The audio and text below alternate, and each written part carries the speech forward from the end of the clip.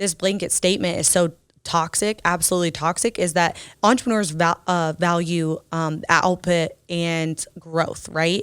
But you have to kind of flip it on its head sometimes and say, would you be able to have the output that you do and have the growth that you did if you didn't have a wife that is staying at home with your children, raising your children, homemaking, doing all those things? Like, yes, like her output's not high, right? Her output might not be high. Her growth might not be high to you, but that is the support system behind why you can have the growth and the output that you do. Because if you didn't have someone, if you had someone that was running at the unless pace, you want to go home alone. Right, unless you want to go home alone. If you want to go home alone and be like alone, a lot that's of people are teaching people right now, like, oh, you need to lock up with someone that wants to build a business with you and runs as fast as you do and jumps as high as you do. And it's like, that's not true. That's not true. Welcome to Big Business Mistakes, hosted by Brandon and Kaelin Poulin. Here, the most successful entrepreneurs tell jaw-dropping stories and lessons behind their biggest business mistakes so that you don't make them. Ditch the fake highlight reel and get the raw truths and golden lessons of what it actually takes to scale your business from those who have done it. This is Big Business Mistakes.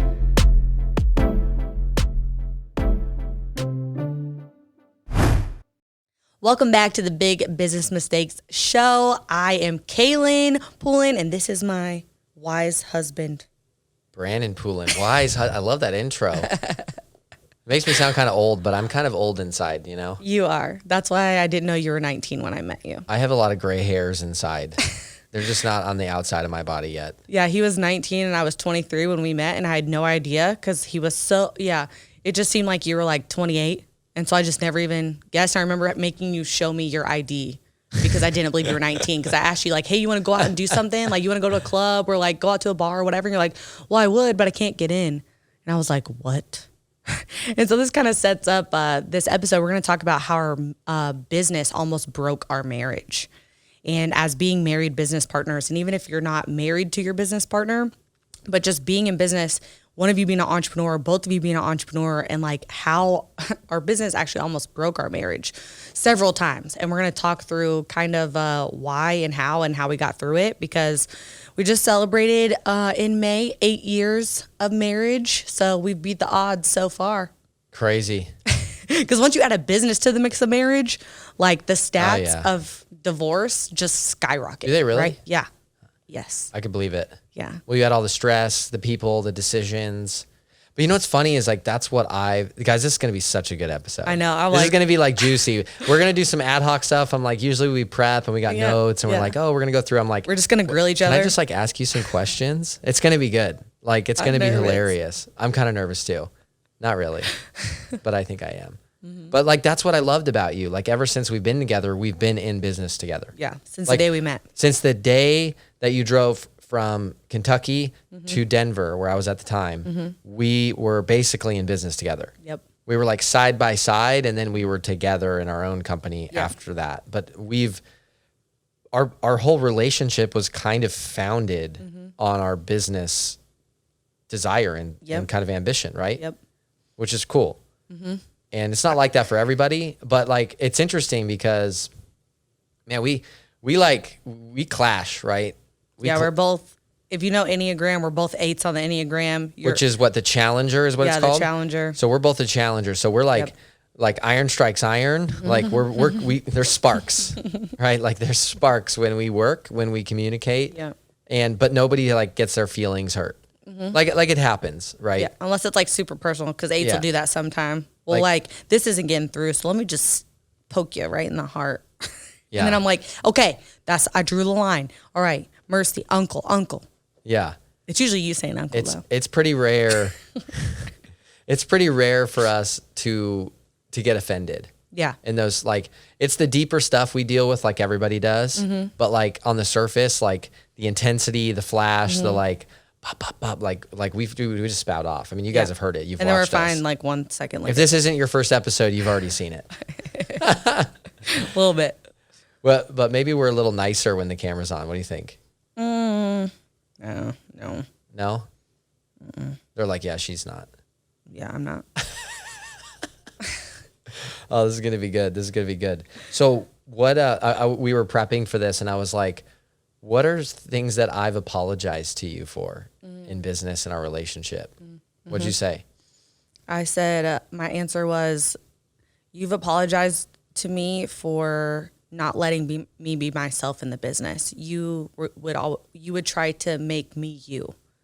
And you'd be like, you have to lead this team. You have to lead the marketing team. You have to be on all the meetings. You have to be their direct report. You have to do all these things. And then you need to go build this system for this. And so you were expecting me to be you instead of allowing me to operate in my unique gifts and talents of being creative and being like visionary and being like, okay, here's where we're going and here's how we need a message and here's what we need to do and here's these ideas. And you basically put me inside of a box, like in a box of like, no, you can't just do those things. You also have to lead these teams, which I'm awful at. I'm awful at leading teams. I'm awful at consistency. I'm the one that's like, I need to just think on this for a minute. And like, I'll sit and think on it and work on other things. And then I'll get ideas and I'll work them through. And it takes time, like being the creative. And You creatives are so frustrating. I know, but It's what like would you do without me? My what would brain, you do without the creatives? I don't know, but my brain's so linear. No, mine's like, not. Like I sit down and as I spend energy, like it builds and it develops. Yeah. Whereas like you're like, let me I explained this to someone the other day. Go walk through the woods and then it just pops in your head. And I'm like, that doesn't happen to me. I explained this to someone the other day. I was like, I said, the way my brain works is say, like, you know, those things where they're zoomed in really, really, really far into a picture and you don't know what it is. And all you can see is basically like the dots of something. Yeah. And you're like, I don't know what that is. And it zooms out a little more and you're like, okay, it's something black or it's like an animal. I see fur. And then it zooms out a little more and you're like, okay, I'm starting to see like a hair and I can tell it's probably a horse. And it zooms out a little more and you're like, okay, it's a horse. Then it zooms out a little more and you're like, okay, it's a stallion. Then it zooms out a little more and you're like, okay, it's actually a patch.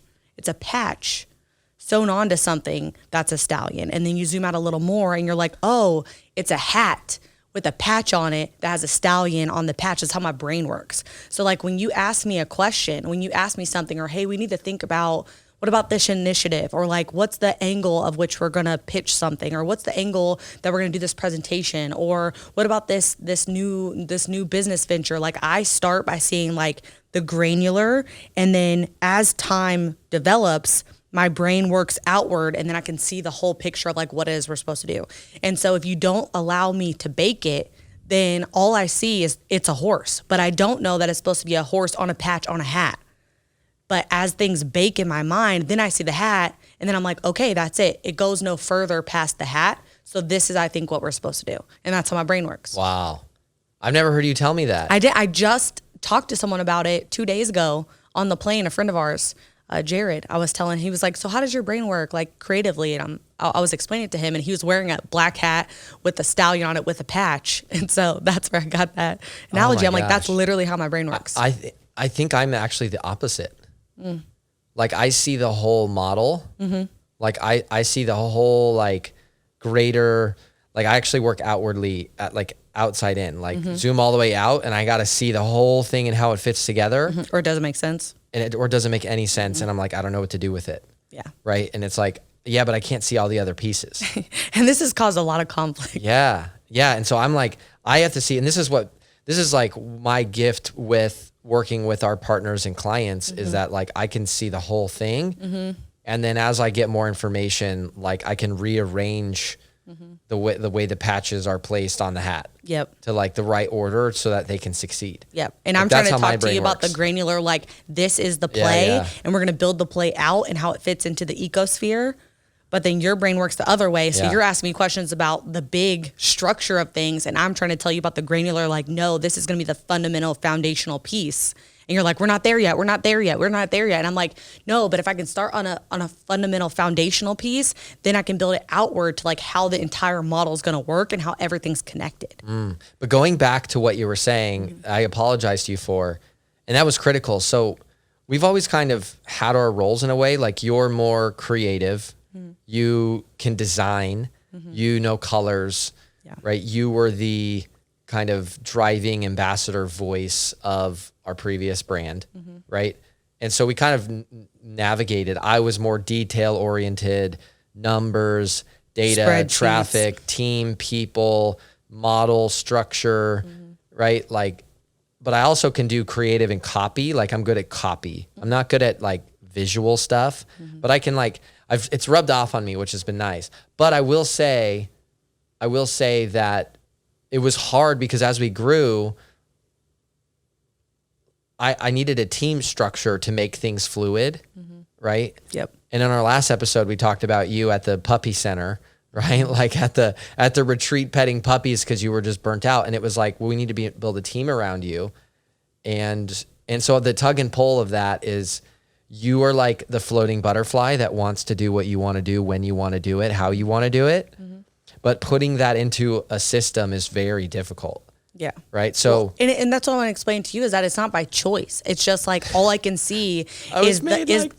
No, I just mean like all I can see at certain times is like the hair on the horse, and I don't even know it's a horse yet.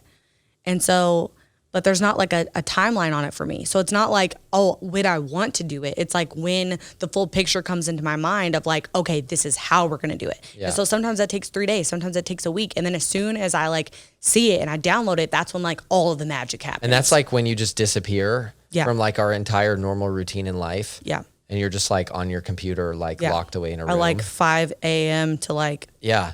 midnight. You like work so well under pressure. And so for me, going back to this though, it was like, cause I got to close the loop. It was apologizing for like, I tried to put you in like the structure box, which was you lead the team. You're the smartest one. You're the leader. They report to you. You get on the meetings and like, but you're an independent producer.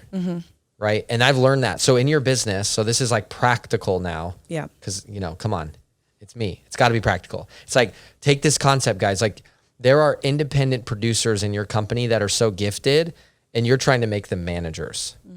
Just because someone is the most skilled, like if you take your most skilled salesperson and you make them a manager, not always a good move. Yep. Not always a good Or your move. most skilled copywriter. Or you take your skilled copywriter and you turn them into a marketing director, and now it's all about systems and about people. Yep.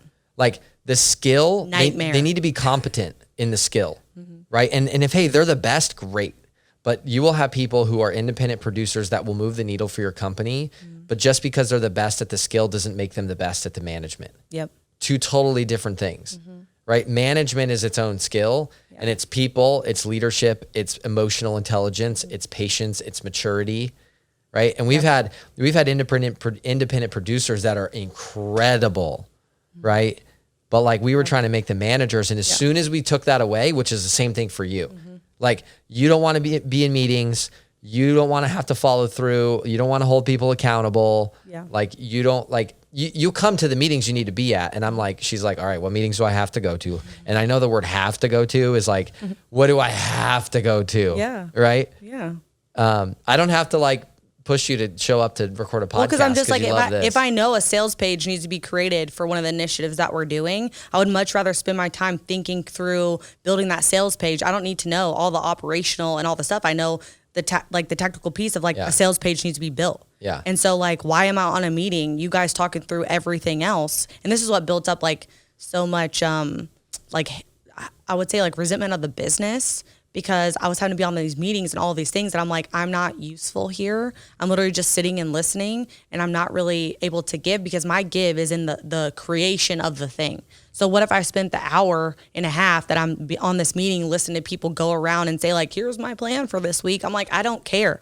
My plan is to go make the sales page. Why can't I just go work on that and do the creative piece? Why do I care what everyone else is doing? I know my piece. Let me go work on that instead of being on a meeting. Spoken like a true creative. Yeah. Well, and what's funny is this it expanded for me, right? So even when I stepped out of this role of being like the marketing director or whatever, right?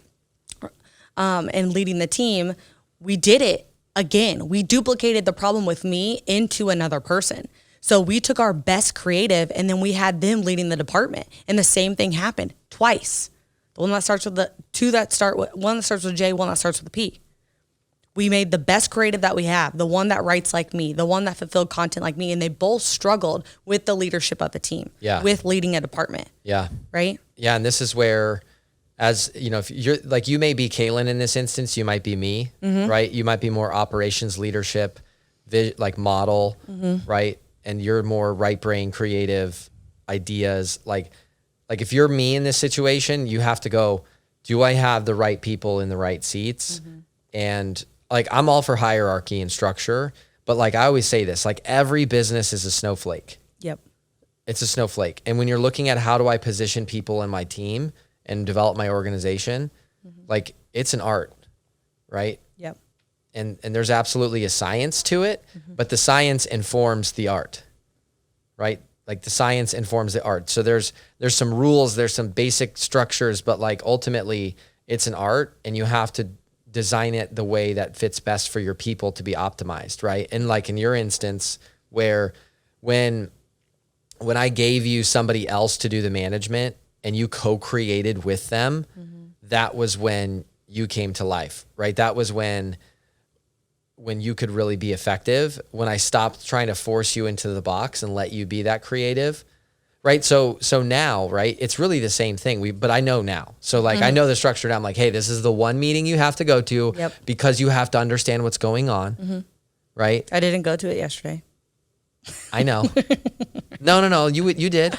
No, I didn't. No, you did. There's two, but you went to the one. Yeah. Okay. Yeah. Well, I guess I haven't voiced that the other one is optional yet, but it's, I say you have to go to two. Oh yeah, I went to the morning one. I didn't go to But secretly I say you have to go to the two because I know that you're going to miss one of them. And so I don't miss the first one. I don't miss the executive meeting. But like I intentionally, I'm like, you got to go to these two because I know you're just going to go to one. No. That's me knowing you now. Right. But now you're in the same thing. And I know I got to confirm with you, like, here's what's most important. But I busted out the best sales page you've ever seen.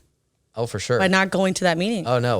When Kaelin, like one of our portfolio companies, I'm so excited. This, it's kind of under wraps right now, so I don't want to like fully say it, but Kaelin went in and tweaked the sales process for this company. And in about 30 minutes, they went from like fumbling around there everywhere, not closing any deals, to closing. Couldn't even get appointments. Like they were struggling, and just to closing every single meeting that they had. And we're talking like deals that could be $200,000 to $5 million a year in revenue. Yep. In their business. In that business, in that company. And just overnight it was like, boom. Because they went from not getting appointments to closing like 10 out of 10 deals now. Because that's the genius in the creative and the sales and the marketing side that you have, right? But like I was wasting my time trying to put you into my framework. And I'm an island. Instead of letting you just operate like a freelancer and just pointing you in like the one or two things. If I give you more than one or two things, not like they don't happen. Yeah. So I'm just like, hey, this is number one, this is number two this week. And you're like, okay, got it. And then those two things. But if there's more, right? But like, that's what's so interesting. And so understanding, like, guys, I have an intense operating system that I built over the last decade that we install for our clients and our partners and their companies. And it's intense. And when I say intense, it's a lot, but it's very simple and it's very streamlined. It's cohesive. But it's everything. But it's literally everything. It's everything from the meeting cadences that you have to the scoreboard that you need to look at as an entrepreneur to the weekly priority and how accountability is done throughout the team and how people get clear on their goals to strategic planning. What are your 3-year, what's your 3-year roadmap? What are your quarterly metrics, goals, metrics, and deliverables, right? Like, how do you translate that into a visual calendar? Like, it's everything, right? And so we have that for companies, but understanding that you got to flex with people and understand like their strengths and weaknesses. That was a big thing for me. I'm a human, not a robot. You can't fit me in a spreadsheet. People call me a robot. AI. You are. At our last mastermind, I was like nicknamed the robot. Before it was the executor. Executor. Yeah.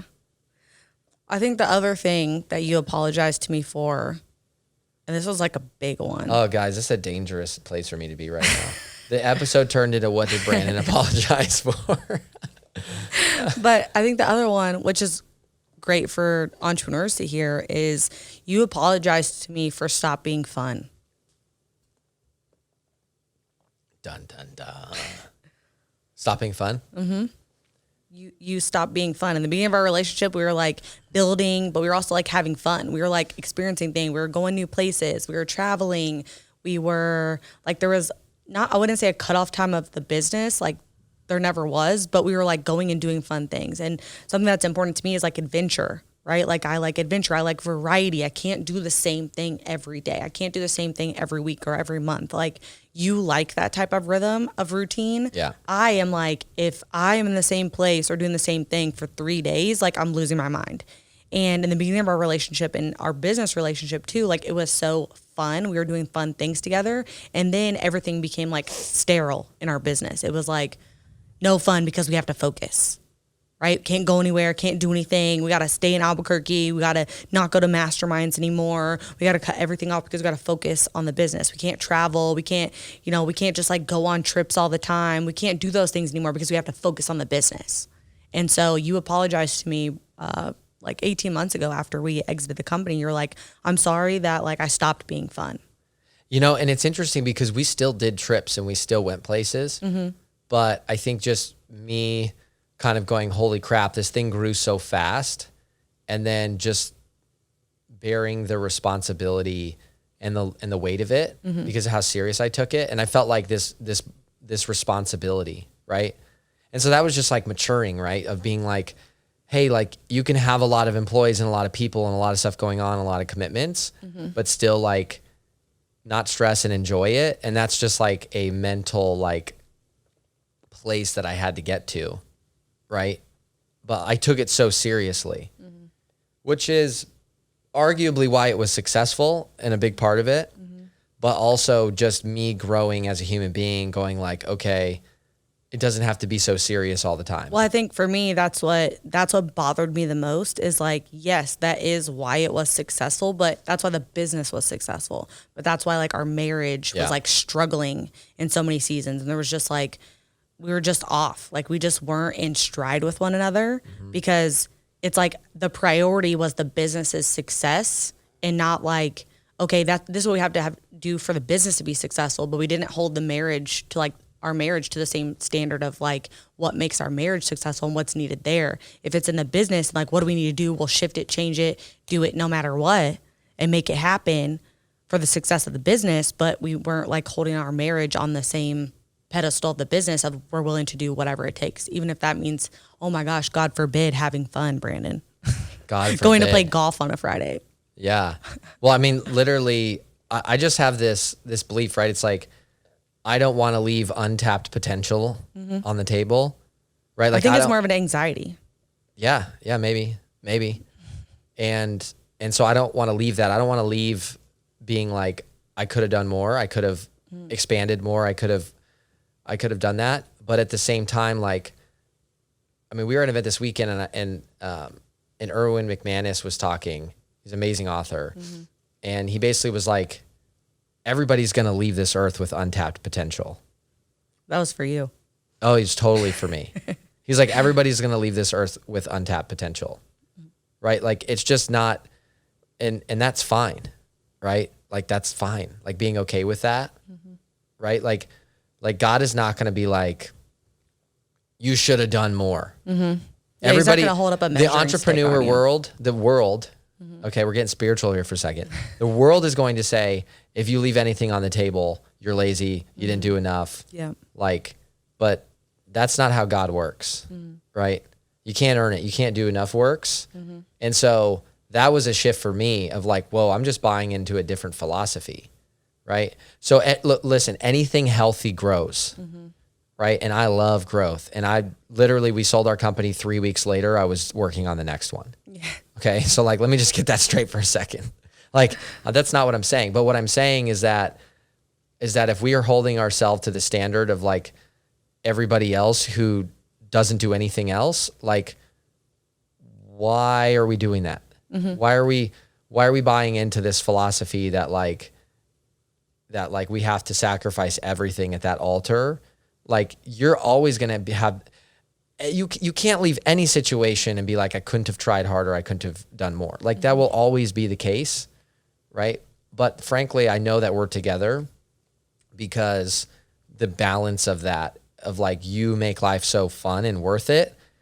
And like, I'm so driven and like have such urgency to create and focus. Yeah. But like that balance that we share, we've learned to lean into that. Like, you kind of lean on me for that focus and clarity and like drive.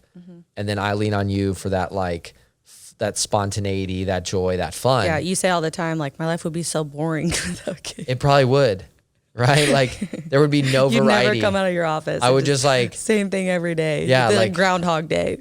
Yeah. And I'm like, would I get more done?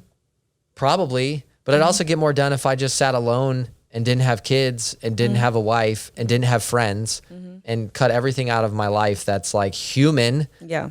Right? Which is like, which is what some people preach. Which right is now. what a lot of people like. That's like the thing. It's like, if you don't do it, like you're not going to make an impact. And I'm just like, yeah, but like, what about the people? What about the uniqueness of a person, the relationships you could have made an impact on, right?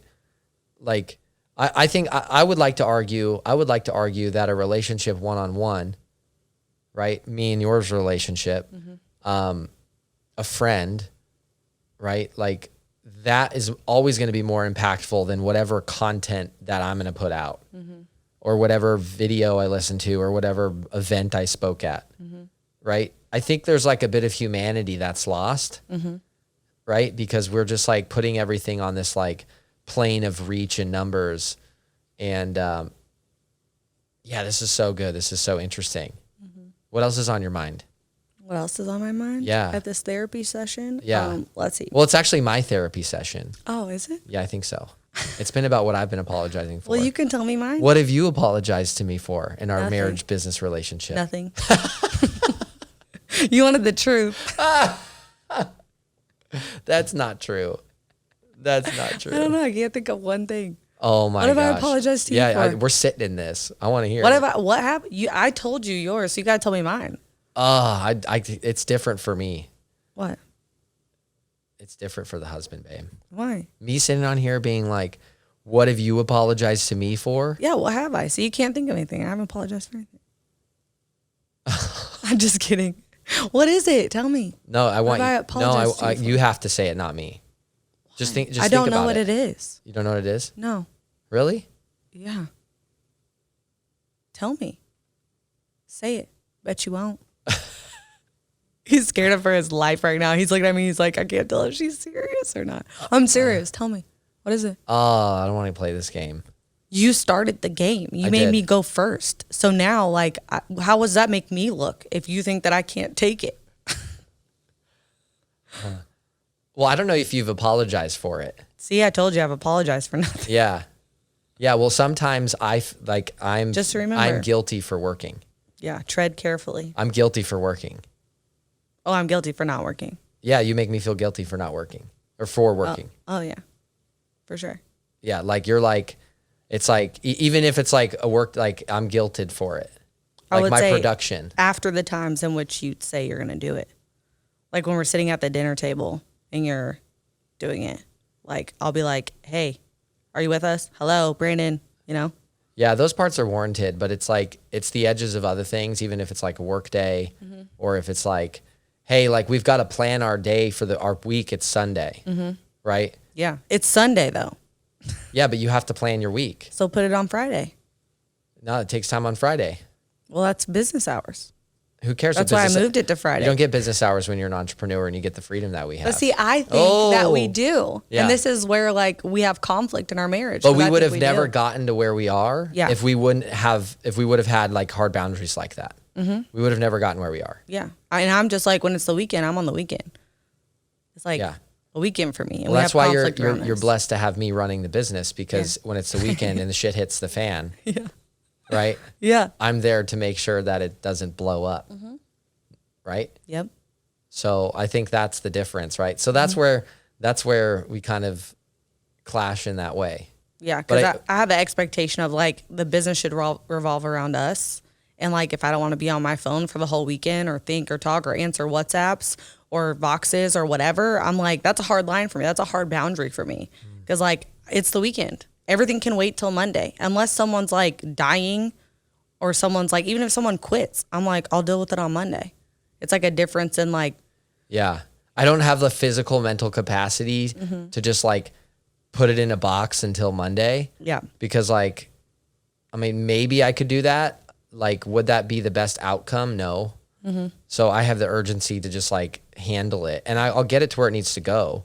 Yeah. Like if someone quits, I'm not like burning the midnight oil all weekend. No. Which isn't even necessary anyways. It depends on the situation. Yeah. I would say now you don't. But we've worked plenty of weekends that like created what we've built. Yeah. And like pushing that. So this is where like the clash is, right? Yeah. I think the clash of like the making you feel guilty for working, it comes from a place of like you're like, even though we're equals and like founding companies and working together and doing it, it's like you're my boss and you're my boss and my husband. And then when I feel like the boss and husband line has completely been blurred or taken over by the boss in like my home life, this is when I like push back on things and I'll like, no, I'm not doing it. Or no, it's not the time for that. Or no, I don't want to talk about it because I feel like the boss has come into my house and not just like into like, it's not just secluded to the business. And so that's when I'll be like, no, I'm not talking about it right now.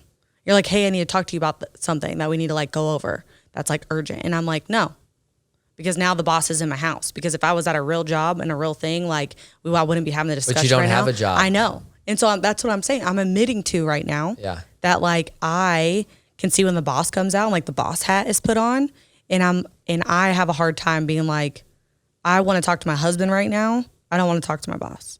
Yeah, so I know this about you. So I approach things that are like productive. Like on the weekend, I'm like, so who do you think that, like, when do you think we should go on that trip? Yeah. Like I ask it like that to make it sound like it's more of a fun question instead of like my normal, like get it done mentality, which is like, we have a trip coming up. We need to pick the dates. Yeah. You're like, hey, we have a trip coming up. We need to pick the dates. Let's sit down right now and like decide on when we're doing it and look at the places and decide like where we're going. And I'm like, no, bro. Put it on my calendar for next week. Yeah. She's like, wait till Monday. And I'm like, no, like we got stuff to do Monday. I'm like, this is personal. So I approach it and I'm like, what do you think? Oh, we could go then. Cause she likes options and possibilities, right? You like options and possibilities. So I'm just like, I'll be like, oh, what do you think? Like, let's be creative about this for a second. Yeah. Right. I've learned to approach it like that. Cause it's more fun for me. But this is like on a deeper level, this whole conversation we're having right now, this is like my view on marriage is that like, and I'm going to say this just because I feel like I'm going to say it, is that like, even if I achieve less in life because you don't want to work weekends or you want to take more vacations, I'm okay sacrificing that because that's my ambitions and my own selfish desires because I value my marriage more than those. Right? And so I'm okay doing that. You are now. Because I believe in our marriage over the work that we're doing. You know what I'm saying? And so, but that's not what's being talked about. No. In the entrepreneur world, it's sacrifice everything. Maybe you should divorce the person you're with because they're not running at the pace that you are. I saw a video. Yeah. I saw a video the other day. Disgusting. That was like 20% of you watching this need a divorce right now because your spouse is holding you back in life. Yeah. And it literally made me want to throw up. Yeah. It's and like, I'm not going to get into like the original design and purpose for marriage or why people even get married. Right. And where that whole concept even came from. Yeah. But like just the fact that we can just blanket carpet bomb people. And so it's like, what's more important, your selfish ambitions or your covenant to submit to your wife and her to you. Right. What's more important? And to love someone more than you love yourself. So that you can grow and explode. And so you can have more money? Like for what? So you can get a divorce later and lose half of it. Oh, yeah. Because it's the fastest way to lose half your net worth. Yeah. Well, I made a video on this and I was like Jeff Bezos, Gary Vaynerchuk, amazing entrepreneurs, incredibly inspiring people. I would never model their lifestyle in their marriage. Yeah. Right? Like, thank you. All you got to do is look at what they've done. And I'm like, I'm okay with that though. Like, I'm okay that like, maybe I will, maybe I won't, but people who are willing to sacrifice what we just talked about, they're going to have more time than I will. And your output is like your input efficiency multiplied by your time. Yep. Right. And I will have less time. It will be my input efficiency may be just as good as theirs, but my time will be less. Therefore the output will be less. And I'm okay with that. Like, and it's not like I'm that. like, a snail. No. No. But nobody looks at the last decade and thinks you're a snail, babe. Yeah, I just No. do things. But this is real life. Yeah, well, and I think the other interesting thing is entrepreneurs, we value growth, right? So like we're both in the business. And so we both value growth. You value it a lot more than I do, right? You value output a lot more than I do. You value results a lot more than I do. You're more economically motivated than I am. And so even though I have all of those characteristics, yours are higher than mine. Mine are more like freedom and time freedom. Like I value other things that are more important to me, but I feel like this blanket statement is so toxic, absolutely toxic, is that entrepreneurs value output and growth, right? But you have to kind of flip it on its head sometimes and say, would you be able to have the output that you do and have the growth that you did if you didn't have a wife that is staying at home with your children, raising your children, homemaking, doing all of those things? Like, yes, like her output's not high, right? Her output might not be high. Her growth might not be high to you, but that is the support system behind why you can have the growth and the output that you do. Because if you didn't have someone, if you had someone unless you want to go home alone. Right, unless you want to go home alone. If you want to go home alone and be alone, a lot of people are teaching people right now, like, oh, you need to lock up with someone that wants to build a business with you and runs as fast as you do and jumps as high as you do. And it's like, that's not true. That's not true. Because for you, it might be to build your business, you have to have that support system at home that is having a homemaker, right? One of the spouses at home with the kids doing those things. And it's like, it's not about the output. It's not about the growth level. Yes, like those things are important. But for you, think about it. If you divorced that person because they're not running at the pace that you run at and value growth, the level that you do, and you partner with someone that did, like what are the things that you lose out on with your children? What are the things that you lose out on in your relationship, or how they balance you out, or how they supported that life where you could go do those things, right? You wouldn't have it. Like, what's the opportunity cost of not having that person? And on that, like early on, we were both like generals. Oh, yeah. Right? Absolutely. I was like type A. You are not going to tell me what to do. I am independent. I do all things myself. I'm not going to submit to you. I'm not going to listen to you. Everyone's so shocked. Yeah, absolutely. Absolutely shocking. And there was a point in our relationship where you were like, you have to let me lead. And I was like, no way. You ain't leading me. Last time I let a guy lead me, he lead me straight into poverty, straight onto a blow-up mattress. You know what I mean? Like, I'm not letting you lead me. I'm strong enough. I can lead myself. I don't need no man to lead me. Talking about Trainer Boy? Oh, that other guy. Oh, yeah. Sorry. I forgot about that. Oh, my gosh. Oh, my gosh. I had to. I'm sorry. Oh, my gosh. I had to. Anyway. And so I wouldn't like come under your authority. Like I wouldn't let you lead me. And at one point you were like, we're both type A. We're both 8 personality types. Like, it's like, we're literally wrestling all the time on who's making the decision, who's saying what, who's leading who. And you're like, we can't have 2 generals. Like you're going to let me be the general, or like, this isn't going to work. Yeah. Because like, we can't get in line with one another. We're both going like not 2 different directions, but we each are walking our own path right now. Right. There can't be 2 battle plans. And I struggled with that. That was like the worst for like a year. Yeah. And what happened? I don't know what happened. Well, we sat down and I was like, what does the Bible say about this? Mm-hmm. Guys, I Bible thumped her on this one. Yeah, she did. He did. Yeah, he did. Right? Uh-huh. Oh man, this is gonna make a lot of. Bible thump me. No, I know. I'm joking. But No. There's a verse about women submitting to their husbands. It's every woman's least favorite verse. It's every woman, because I actually learned what it really means. It's like the most. I'm the worst person in the world right now saying this, but basically, and then it says, "Men, respect your wives or love your wives," right? Yep. And so look, like we're not going to get into all of that, but the point is there was enough context and clarity for you to be like, you can lead, I'm going to trust you. Mm-hmm. And you did. Yeah. And how did it turn out for you? Well, what I'm going to say. How did it turn out for you? The caveat that I'm going to give here on the submitting thing, because there's a lot of women that are like, forget that. Yeah, you should say this part. Now is that what I learned about that line of scripture of, women submit, like wives submit to your husbands, is it doesn't mean like submit who you are. And like when a man comes under the authority of God, right? Like they submit to God and then I submit to my husband. It actually brings me protection, right? Yeah. It's like Brandon, as the head of our household, like he is now protected by God, right? He has come under authority of what God says to do, right? So for me to come under authority of him, that now gives me protection. Like it gave me protection where I don't have to be out forging myself. And women or men are created differently, right? We are more emotional. We are more like in tune to what's happening around us. We are more protective and like nurturing, right? And so it also means that we don't have the same guard and the same like armor that men do, where things don't affect them how they affect us. And so when I came under that authority of Brandon, it's like I then became protected from the things that would have harmed me, or the things that would have kept me up at night, or the things that would have made me emotionally distraught. I was now under the protection of that. And so when I say, I was like, okay, I'll test it out for a while. And I did. And it's like, I was finally able to find freedom in who I am and doing things, because now I don't have to take on the burden of things that I wasn't meant to carry, which is like leading our household. So good. So good. Guys, we're going to chop it off right there. We're going to wrap up. Thank you for being with us today. And this was a fun episode. Yeah. Well, we told him we were going to tell him on this episode. So we just found, and it's a marriage episode, so it works. But I just found out like 3 days ago that I'm pregnant with baby number 3. So now we're going to be a little family of 5.